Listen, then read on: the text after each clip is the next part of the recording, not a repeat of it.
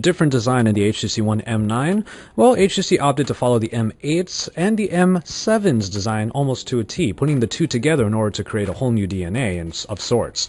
Whether that's good or bad depends on how you feel about the M8 and the M7, but you're going to get elements of both in the brand new One M9 because this two-tone coloration not only has a different hue on the rim, as you can see in this gold-rimmed version of the silver edition of the HTC One M9, but you'll see that the elements also include a shell of sorts that comes from the back, comes over to the sides, and then it tapers in to provide the front panel that concaves a little bit into the sides. And it also makes the device a lot easier to grip, especially considering the back, whose material is definitely not as slippery as it was found in the HTC One M8. Now, the biggest design difference between the two phones is going to be the camera module on the back, because the One M9 features a squared camera module that is protruding slightly out, but is much larger than the camera found in the One M8.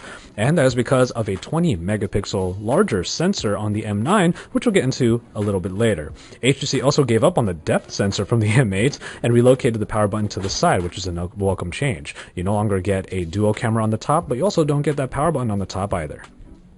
But if the designs of the phones were very similar, the displays are downright identical. Both feature full HD resolution in a 5-inch package, ensuring a very crisp experience. And while competitors are adopting Quad HD, HTC is content with Full HD for now. But the only real difference between these two displays is the fact that the M9, at least in our testing thus far, shows a much cooler temperature compared to the warmer colors of the M8. The One M9 is one of the first devices to be powered by the new Snapdragon 810 chip by Qualcomm, featuring 8 cores and a 64-bit architecture. HTC also upgraded the memory to 3 GB of RAM, and storage stays at 32 GB, though it will be expanded by micro SD cards if you so choose. And on the other hand, last year's M8 was not really that far behind with its Snapdragon 801 and 2 GB of RAM, but the real story here is that Sense 7, the new version of Sense on the HTC One M9, absolutely flies through its elements, even with a couple of the added elements that they put into this new version of HTC Sense. As you can see in this little video right here, I'm really trying to multitask and go pretty nuts on the Sense 7 interface here, and it is able to keep up with me without any problems. And in camera, HTC is going back to a conventional camera sensor on the M9, but if you do miss the ultra-pixel camera, it has been brought over to the front in order to bring great self-portraits to the fray. Nonetheless, though, the 20 megapixel rear-facing camera is supposed to bring a lot of good enhancements to the camera experience from the M8, but in our testing so far, we have seen that it's a little bit uneven. Low-light performance on ultra-pixel is already proving itself on the M9 in its front-facing iteration, and it did do a bit better of a job on the M8 from last year, but the 20 megapixel rear-facing optics on the M9 do have a bit of a troublesome time trying to get low-light performance. But ultimately, you do get some good shots out in broad daylight, but it's in the low-light situations that we do have some problems, and even the grainy results coming from video. Now, we do have to preface this by saying that the M9 will get a software update in order to fix the camera issues, as we were told, so we are going to hold our reservations until we get that particular software update in our review unit in the coming weeks. And finally, in software, you wouldn't really be blamed if you saw the Sense on the M9 and thought it was much like the one on the M8.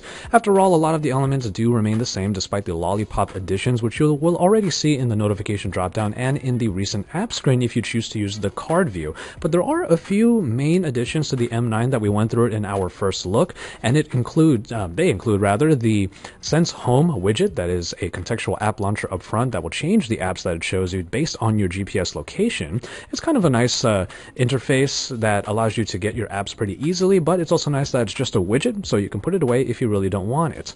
And after that, the theme engine is really probably the biggest part of Sense that we really like already. And even in this first iteration, it is a nice way of starting off a theming engine on what was originally just changing colors in the M8. This time around, you can change a lot of aspects of the operating system, even going as far as putting a picture inside, ideally your chosen wallpaper, and it will analyze the picture in order for you to find the right colors to change the elements in order to match that wallpaper. But all in all, you do get a very similar experience from one to the other, and whether or not these two devices are really a big step from one to the other is going to be up to you to decide, and we will go through a much fuller versus video once we get our hands on a review unit of the M9 to bring you our assessment of that very question. But nonetheless, we do like what the M9 brings to the table. It is a more refining of the design inside and out from HTC, where the only real weak spot at the moment is in the camera. And if you used the M8 from last year and you liked what it was able to do with its camera, well, that is exactly what we're going to really find out in our future comparison if the cameras really show a big improvement. But until then, keep it tuned to Android Authority for even more coverage of the HTC One M9, and remember to keep it tuned here for even more coverage of the Mobile World Congress 2015 in Barcelona, Spain. The same phone twice. It does look very similar, but there are really nice nuanced differences. On the front you can see 5-inch Full HD LCD 3 panels on both. You've also got front-facing cameras, boom sound speakers. On the right-hand side of both you can see volume power buttons right there, or power button on the One M9 at least. The power button on the M8 is situated up at the top. It's all hidden nicely within the infrared blaster. Down at the base, both pack micro USB and 3.5mm jack connectors, while on the left-hand side, no buttons, micro SIM tray on the left. If we take a look at the front, boom sound speakers on both. You've got Dolby Surround tech inside the M9. This is a new partnership with HTC. We've also got an ultra pixel front-facing camera. This is lower resolution than the 5-megapixel front-facing camera on the M8, but it is an f2 aperture lens, and on top of that, the pixels are physically bigger, so produce really good low light performance, and I can definitely attest to that. Flipping the two around and you can see you've got the backs, which ultimately look different because you don't have the duo camera on the M9, but what you do have is a larger 20-megapixel sensor. It's a Sony sensor. In our experience with it, short time we've had it, it's not great in low light. In good lighting, it will give you more detail that you can pinch in, and the digital zoom is better, and a lot of you did want better zoom. But having said that, the low light performance is actually, from our very early experience with this pre-production version, worse. Unfortunately, what you also get is a very, very good screen, like we said, SLCD 3, and that is no bad thing that HTC has decided to opt for Full HD as opposed to Quad HD. At 5 inches, you really won't benefit massively from Quad HD, and Full HD will save you a little bit of battery life. You've got great viewing angles. It's a very, very bright screen, and it's still sharper than an iPhone at the end of the day. What you also have is a new version of Sense inside, Sense 7. It looks very, very similar. You've got home screens. You can pinch out to get an overview of them. You can also see the applications tray is customizable across 3x5 or 3x4 or 4x5 in terms of the grid spacing. As you can see though, I've got a theme on my HTC One M9, and this is all part of Sense 7. Themes you can actually throw on here very, very easily. Just open up the themes application, and there are a load of preset themes, but you can also customize themes based on pictures that you've taken. You'll also see, if you're a real eagle eye, that I've actually added a button to my key buttons at the base, my nav buttons. One brings down the notifications so I don't have to reach to the top. That's something I did manually through the settings, because thankfully HTC has added that option in. What's more, it also has an improved blink feed, and on top of that, that blink feed kind of service will partner up with Yelp and throw suggestions for places to eat to your lock screen. It really is a themes element that excites us and entices us the most to move to Sense 7 from Sense 6. Key specs are Android, key user interface elements, Android Lollipop 2 to your notification tray, and those notifications run through to your lock screen. User interface is performed incredibly smoothly, and that's very unsurprising given the hardware inside here. But before we talk about the chipset, let's talk about the cameras.